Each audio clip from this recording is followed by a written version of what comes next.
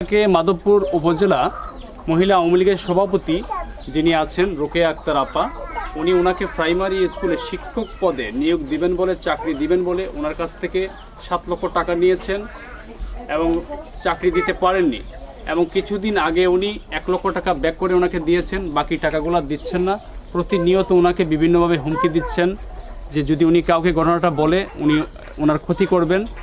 এই বিষয়ে আমরা আজকে এখানে এসেছি এবং যদি উনি সঠিক ওনার ঘটনা ঘটে থাকে এবং উনি যতই প্রভাবশালী হন না কেন, যদি উনি টাকা নিয়ে থাকেন এটা সর্বোচ্চ বিচার হবে এবং আমরা আশা রাখি যে ভুক্তভোগী ওনার টাকা পাবেন।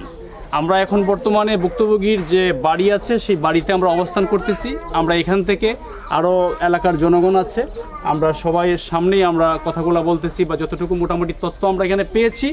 পরবর্তীতে আমরা এখন যার বিরুদ্ধে অভিযোগ আছে উনি যদি এই কাজ করে থাকেন, আমরা এই এলাকার যিনি আমরা ন্যায়ের পক্ষে আছি, আমরা চাই একজন ভুক্তভোগী যাতে সঠিক বিচার পায়। এই বললে আমার সংক্ষিপ্ত বক্তব্য আমি এখানে শেষ করতে চাচ্ছি।